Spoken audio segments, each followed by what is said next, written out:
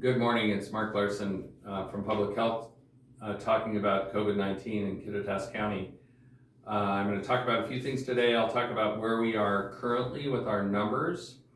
We'll talk a little bit about Thanksgiving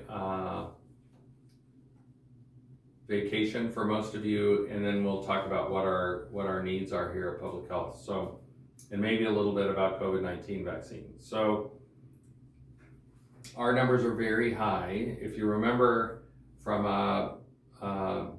when we went into phase 3, we had to be below 25 cases per 100,000 for 14 days.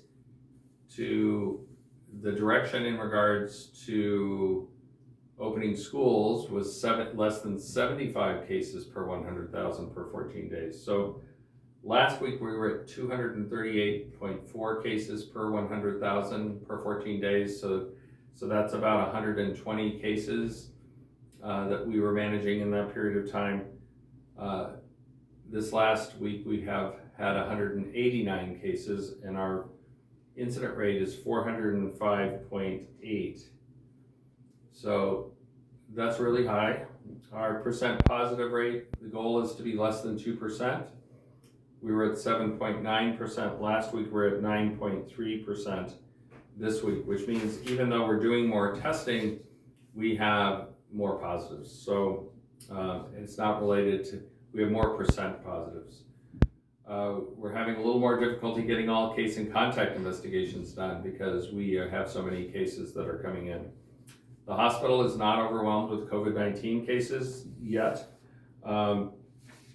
We're doing well, and we don't have, we've had minimal influenza, probably secondary to masking and social distancing. So there's a benefit there.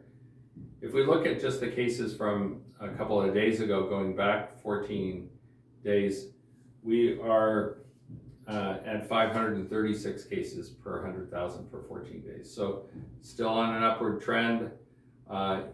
In Washington State as a whole, we're still on an upward trend. Hospitalizations are going up and death rates are going up slowly.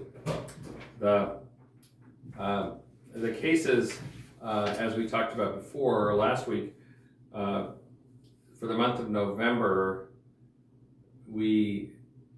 as of yesterday, we had 43 cases from Central Washington University students and 335 cases in the community members as a whole that were not Central Washington University students. So that's why our number, that's why that increase in our numbers. And kind of dovetailing into Thanksgiving, we know that the majority of this is related to all of us getting together for Halloween and that period of time.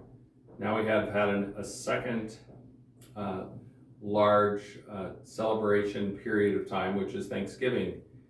So we did ask people not to have Thanksgiving outside of their immediate family to try to reduce this number so we can keep businesses open and keep schools open. But a lot of people chose to still go meet their families, extended families, for Thanksgiving. So similar to the governor's ask to quarantine for 14 days if you went outside the state or were coming from outside the state. If you went to somebody's house that was outside your immediate family for Thanksgiving, you should consider yourself infected with COVID-19, and you should get tested for COVID-19. So we're asking you to go to the COVID clinic on the hospital campus. It's taking 2 days to get those results back, but you have to assume with the numbers of cases that we have in Washington State, Oregon, Idaho, that if you went somewhere for Thanksgiving, you're probably infected with COVID-19. So please go get tested so we can do case and contact investigation, kind of try to ramp that down. So perhaps we've got 2 more weeks with the governor's restrictions. Perhaps we can start getting our numbers to go down and those restrictions will go away. So again, we're asking you to go and get tested if you did something over Thanksgiving. The other issue is that if you are going out of state to play basketball, to do sports, to go to church outings, you need to quarantine when you come back, 14 days. You should not go to school. It's it's a choice to go out of state to go play sports. And if you do that, we don't want you putting other people at risk. So you should assume that you were infected in those positions as well. On a positive note, have a lot more COVID-19 vaccine coming down the pike. We have 3 that are currently in the process of looking at FDA approval.